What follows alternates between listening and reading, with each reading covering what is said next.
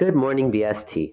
My name is Elijah Abdul Sayed, and welcome to the second episode of BST Talks. Hello, Cowboys. I'm the co-host of this podcast, Killian Leong. Today's topic is what to expect from your classes and teachers, Part 1. This is a multi-part series where we interview teachers to find out more about the classes that you'll be taking this year. This is only your fourth week of school, so you may not know what to expect. Luckily, we're here to help you. We're going to bring some teachers in and ask them what they have planned for the school year. For Part 1, we are going to interview Ms. Parker and Mr. Rodgers, our humanities teachers. Our first teacher interview is with Ms. Parker, our English 9 Honors and AP Seminar teacher. Hello, Ms. Parker. How are you doing today? I'm doing pretty good. How are you both doing? Good, thank you. Our first question is, what are some of the main topics that you will be teaching in your class? Great question. In my 9th grade English classes, this year we're going to be going through 6 different units. Our first being American Voices, which is the one we're currently on, where we read different text from different perspectives all across America. We'll be moving into our survival unit, where we read The Hunger Games and talk about what it entails in surviving and keeping up hope while going through really tough and arduous times. We'll be then talking about literature of the Civil Rights Movement before reading some plays from William Shakespeare himself. And then we'll also be reading The Odyssey, which is my personal favorite, later in the second semester. In my 10th grade AP seminar classes, we're going to be doing a lot of research and presentation skills building. And we're going to be doing that through a few different topics, the first being the theme of identity and the second being artificial intelligence, which I'm very excited about. But the goal is to just be able to make sure everyone develops really strong research and presentation skills. Thank you. Our next question is, what are some tips that you recommend for studying? Finding time for studying is the biggest problem, but also paying attention during class so you don't miss any important information about deadlines or quizzes coming up. And definitely asking for help whenever you need it. I'm always available to help with studying and providing extra practice when needed. So I don't recommend cramming. I don't think it's a beneficial way to learn at all, but just making time for studying as soon as you can so that you're not overwhelmed day of the quiz. How do you want students to organize their notes? Do you prefer a folder, binder, notebook, or something else? I'm personally impartial to the spiral notebook. It is simple. If it's not broken, don't fix it. And I just think it keeps everything organized and in one place without having to be like a bulky binder or anything. So just a spiral notebook is good for me. If a student has one, I'd say they're really organized just as it is. So that's my pick. What is the most difficult part of this course going to be? For a lot of students, they'd probably say just the essay writing.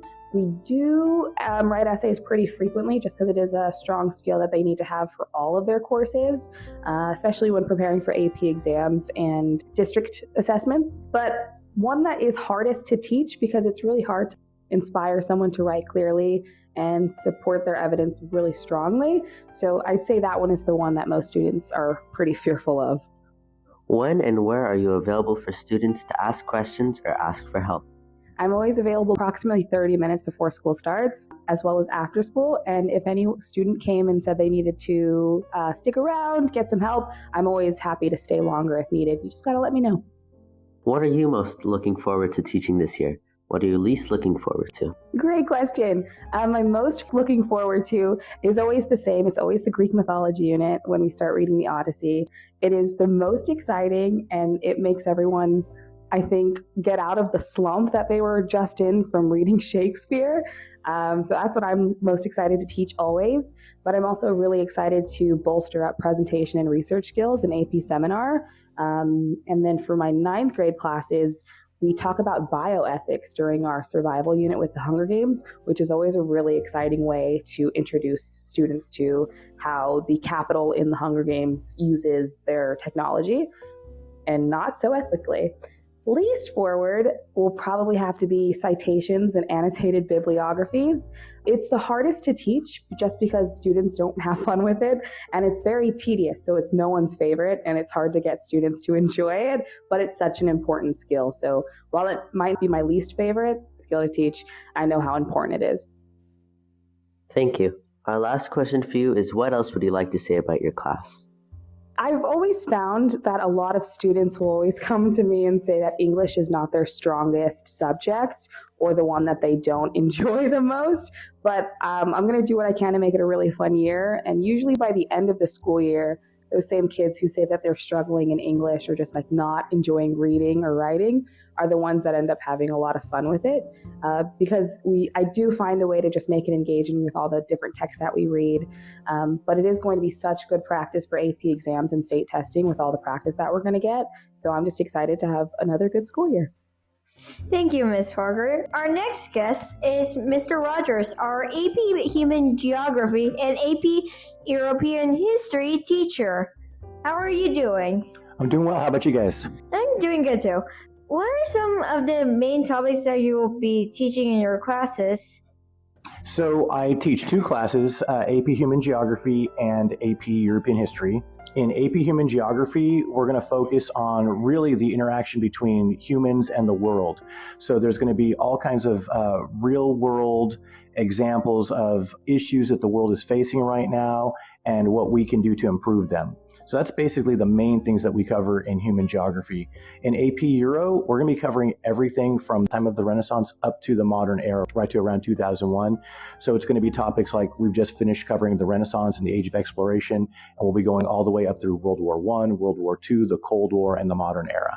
What are some tips that you recommend for studying? So in my class, I would say a couple of things.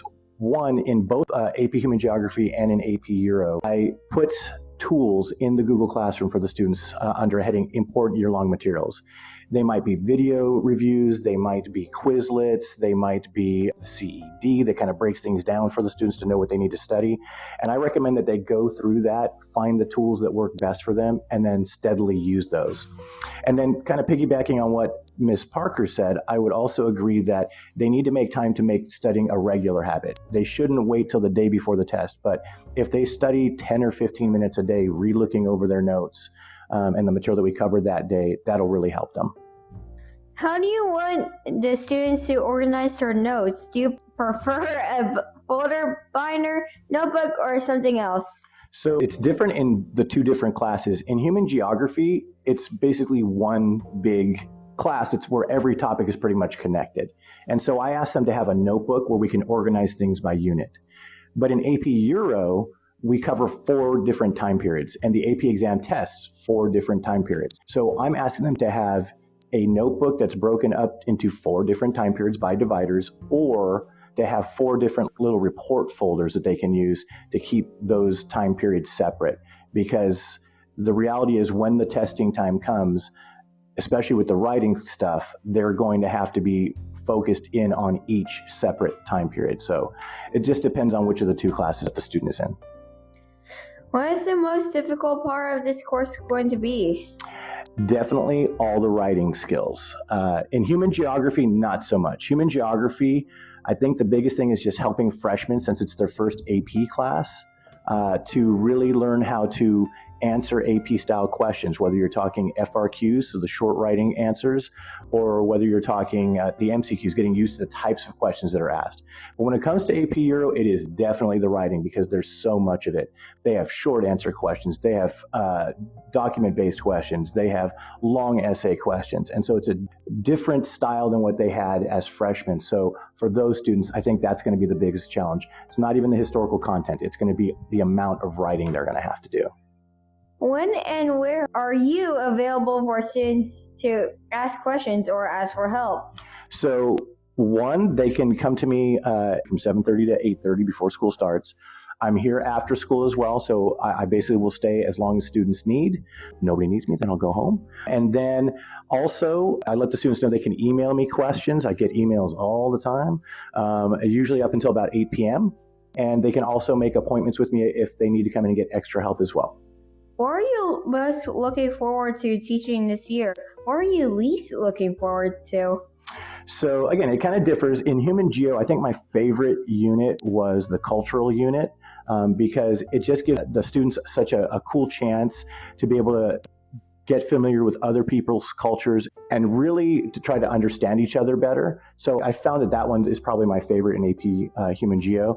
The most challenging one in that particular class is probably urbanization. It's still fun. I enjoy it, but it's the most challenging because there's so many different city models from around the world that students have to learn that I think that one's probably the toughest and probably most challenging for them.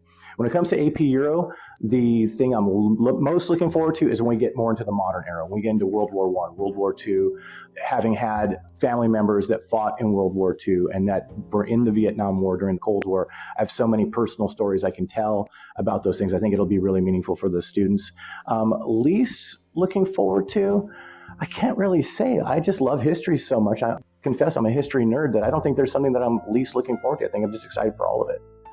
What else would you like to say about your class? I just always want the students to know that I know, similar to what Ms. Parker was saying, I get a lot of students too that say, yeah, history is just not my thing, Mr. Rodgers. And it makes sense. We're at a STEM school, right? We're at a school where these are science and engineering and mathematics students for the most part. So I hope that students will come in to both human geography and AP Euro and walk out having a new appreciation and having had a lot of fun learning about those topics. Thank you for that, Mr. Rodgers. Thanks for listening, guys. We hope you enjoyed today's episode. Tune in next time for the second part of what to expect from your classes and teachers, where we will interview our biomedical and science teachers. And remember, be your best at BST!